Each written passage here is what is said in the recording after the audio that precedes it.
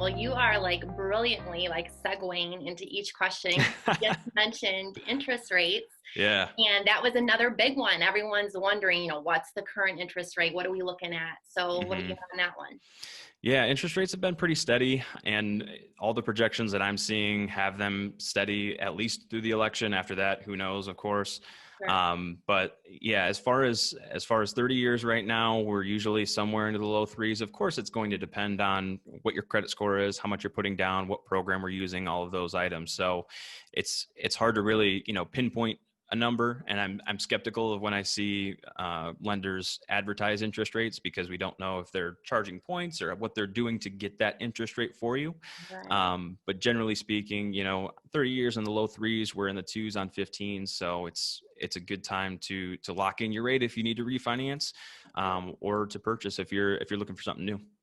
Awesome. No, that's great. And that's great too to always know like it does vary. hmm Every person's different, every situation's different. So that's why it's always great, contact someone amazing like Jake, and get that information ahead of time because then, with those facts, like you can just you can easily move forward with that. When you don't have the facts and everything's kind of up in the air, it makes it a little more difficult.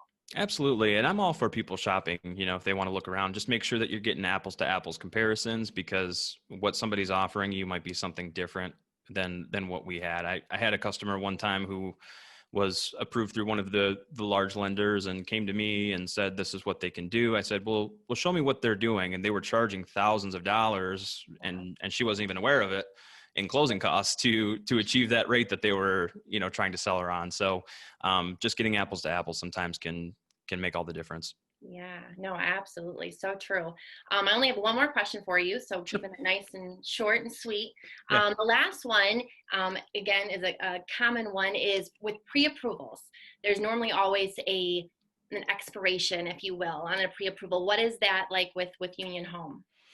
Yeah, so really, and as long as you're avoiding the major life changes, job changes, things like that, that can alter the integrity of the pre-approval itself, generally, I tell people you're good for 90 days. And really, that 90 days is because the credit report itself is only good for 100. So if you're not under contract by 90 days, we're probably going to want to pull a new report because by the time you close, we won't have that. So if you're going to have credit surprises, we'd rather have those sooner rather than later. So that's what I tell people. 90 days is, so you have 3 months to shop. If you're not under contract, then we should just kind of update that credit report, make sure everything's still good to go. And the other question I get is, okay, if you repull my, is it going to ding me? And what I tell folks is, look, if you make changes to your credit profile, that's where I see the majors.